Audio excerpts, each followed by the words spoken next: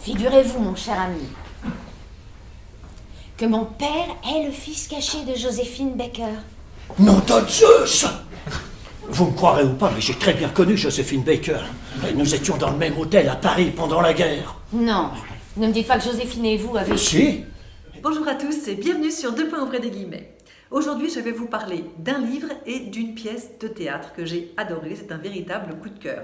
Je veux vous parler de En attendant Bojangles. Alors, c'est un premier roman qui est sorti aux éditions Finitude, qui est sorti maintenant chez Folio. Alors moi, j'ai pas du tout craqué pour cette première de couverture, que je trouve pas du tout, qui reflète pas en fait le roman. Par contre, j'ai beaucoup aimé l'affiche de la pièce, donc qui passe au théâtre de la Pépinière, comme je vous en parlerai tout à l'heure. Alors, comme je vous le disais, c'est un premier roman. Les critiques ont été dithyrambiques, mais aussitôt, la presse en a été folle. On le compare déjà, cet auteur, Olivier Bourdeau, on le compare à Fitzgerald, on le compare à Boris Vian pour L'écume des jours, et moi j'ai envie de dire, moi je trouve un peu, voilà, je fais un parallèle avec Ionesco. En attendant Bojangles, c'est une chanson de Nina Simone sur laquelle tous les soirs danse un couple follement amoureux. Ce couple a un fils qui est aussi le narrateur de cette folle histoire. Ces trois personnages ne font rien comme les autres. Monsieur donne à madame un prénom différent tous les jours. Ils ont comme animal domestique une grue qu'on appelle madame superfétatoire, qui ne sert absolument à rien.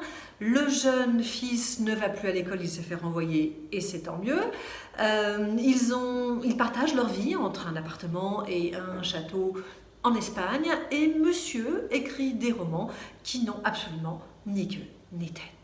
Tout se passerait merveilleusement bien si on ne sentait pas le drame pointer le bout de son nez, car la folie est là, elle rôde inévitablement. Alors on est pris dans ce tourbillon avec cette famille, le tourbillon qu'est leur vie. J'aimerais vous lire un extrait pour que vous vous rendiez compte du style littéraire d'Olivier Bourdeau. Mon petit, dans la vie, il y a deux catégories de personnes qu'il faut éviter à tout prix. Les végétariens et les cyclistes professionnels. Les premiers, parce qu'un homme qui refuse de manger une entrecôte a certainement dû être cannibale dans une autre vie. Et les seconds, parce qu'un homme chapeauté d'un suppositoire qui moule grossièrement ses bourses dans un collant fluorescent pour gravir une côte à bicyclette n'a certainement plus toute sa tête. Alors si un jour tu croises un cycliste végétarien, eh bien un conseil mon bonhomme, pousse-le très fort pour gagner du temps et cours très vite et très longtemps. Alors c'est un livre qui nous fait rire, c'est un livre qui nous émeut, c'est un livre en tout cas qui nous fait réfléchir. Ce livre a été un tel succès que, eh bien évidemment, une pièce a suivi. Victoire Berger-Perrin, qui est metteur en scène, a adapté le texte et donc l'a mis en scène, et cette pièce s'est jouée en 2017 à Avignon. Ça a été un véritable succès et l'aventure, eh bien, l'aventure a continué au théâtre de la Pépinière. J'ai jamais bien compris pourquoi, mais mon père n'appelait jamais ma mère plus de 2 jours de suite par le même prénom. Oh non, vous pouvez pas me faire ça! Pas René, pas aujourd'hui! Ce soir, nous avons des gens à dîner.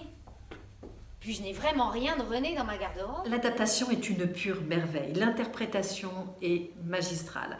J'aimerais saluer les 3 comédiens, Anne Charrier, Didier Brice, Victor Boulanger, qui font qu'on passe un moment absolument incroyable. La maîtresse ne voulait jamais me laisser partir au paradis quand mes parents le décidaient. Elle préférait qu'on attende les vacances de tout le monde pour partir. Mais là-bas, les amandiers sont en fleurs. Vous ne voulez quand même pas que mon fils rate les amandiers en fleurs. La mise en scène est subtile, intelligente. La salle ne désemplit pas. Je vous le rappelle, cette pièce se joue au théâtre de la Pépinière. Métro Opéra, c'est facile, 5 minutes de la place de l'Opéra. C'est un petit théâtre où on se sent bien. Mais vous êtes une famille de cinglés! Ça donne envie, non? Je vous l'ai dit, la pièce se joue jusque fin juillet. Il y a encore des places, mais dépêchez-vous. Vous trouverez le lien du théâtre juste en dessous, vous cliquez et vous pouvez réserver. Alors likez, abonnez-vous à la chaîne Deux points ouvrez les guillemets et à la semaine prochaine. Eugénie n'avait jamais été aussi belle. Je donnerais n'importe quoi pour que cette danse ne s'arrête jamais.